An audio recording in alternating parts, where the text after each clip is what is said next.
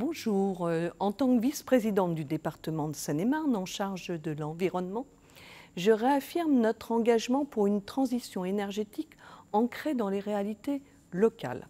La Seine-et-Marne représente 50% de l'Île-de-France et des terres agricoles.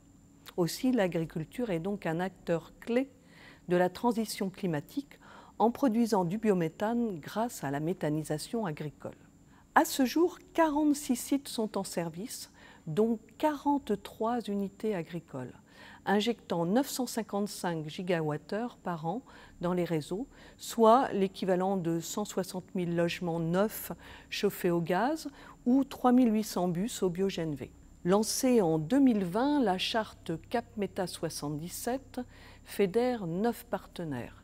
Elle sera l'État, la région, la Chambre d'agriculture régionale, l'ADEME, l'Association des maires de Seine-et-Marne, le SDESM, GRDF, Natran et la CCI.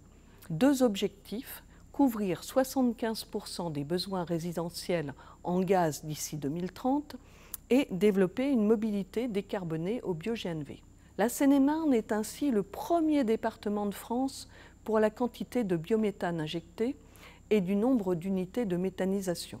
Parmi les projets structurants portés par le département, nous avons la station bio-GNV d'Écuelles, prévue pour 2025, portée par l'aménageur Altens et en partenariat grâce à l'engagement du SMICTOM de Fontainebleau et d'Île-de-France Mobilité pour des baumes ou des bus roulant au bio-GNV.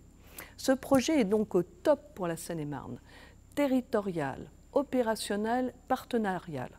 Une station similaire sera d'ailleurs construite prochainement à Provins. Cette dynamique locale s'inscrit dans une ambition régionale portée par Prometa. Aux côtés de la région Île-de-France, vous avez les départements de l'Essonne et des Yvelines, ainsi que des acteurs publics et économiques. Mais aujourd'hui, cette dynamique est confrontée à un cadre réglementaire contraint.